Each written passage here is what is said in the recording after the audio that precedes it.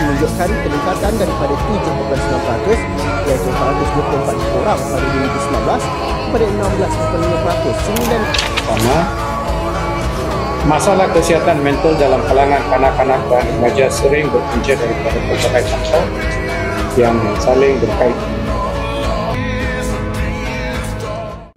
Assalamualaikum warahmatullahi wabarakatuh dan salam sejahtera.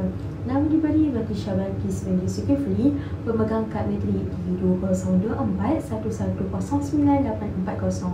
Hari ini saya ingin menyampaikan pendapat saya yang berkaitan satu isu yang semakin mendapat perhatian dalam kalangan masyarakat kita, iaitu kesihatan mental dalam kalangan pelajar sekolah menengah.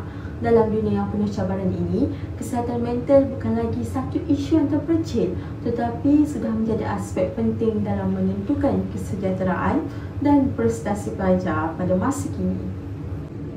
Menurut tinjauan Kesihatan Remaja Kebangsaan 2022 oleh Kementerian Kesihatan Malaysia, sebanyak 26.9% pelajar sekolah menengah menunjukkan simptom kemurungan, manakala 13.1% pernah terfikir untuk membunuh diri.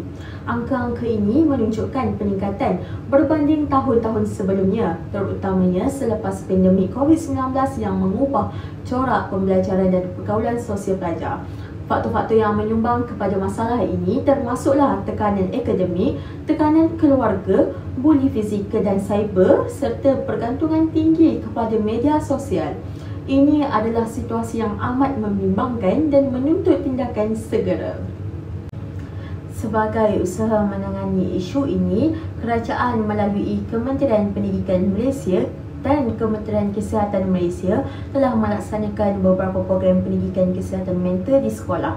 Antaranya termasuklah program Minda Sihat dan kempen Let's Talk Minda Sihat yang bertujuan meningkatkan kesedaran serta literasi kesihatan mental dalam kalangan pelajar. Selain itu, KPM juga memperkenalkan sistem profiling psikososial murid yang membolehkan guru dan kaunselor mengenal pasti murid yang memerlukan bantuan emosi yang lebih awal, sekaligus membolehkan intervensi dilaksanakan secara lebih terancang. Namun, sejauh manakah keberkesanan ini?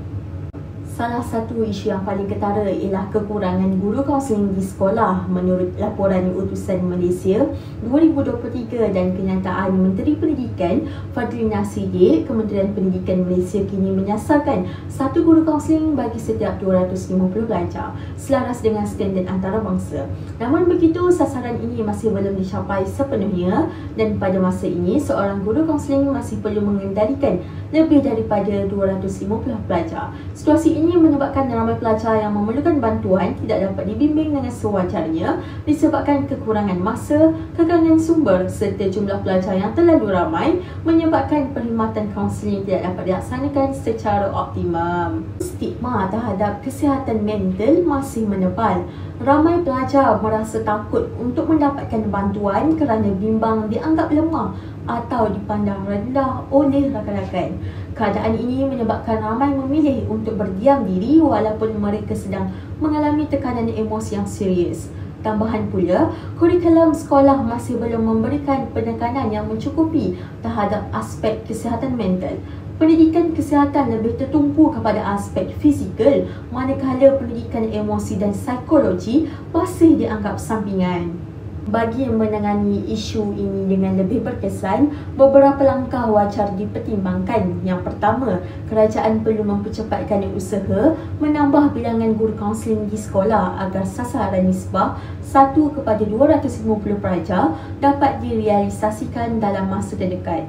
Yang kedua, pendidikan kesihatan mental perlu diintegrasikan secara menyeluruh dalam kurikulum, bukan sekadar melalui ceramah ataupun program luar bilik darjah, tetapi dalam bentuk modul pembelajaran yang tersusun dan berterusan.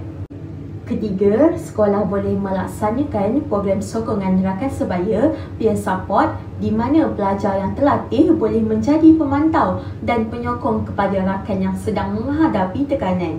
Yang keempat, perlu diwujudkan kempen kesedaran dan anti stigma secara menyeluruh yang melibatkan ibu bapa, komuniti dan media agar pelajar lebih berani untuk mendapatkan bantuan tanpa rasa malu ataupun takut kepada sesiapa. Sebagai kesimpulannya, pendidikan kesihatan mental bukan lagi satu pilihan tetapi satu keperluan.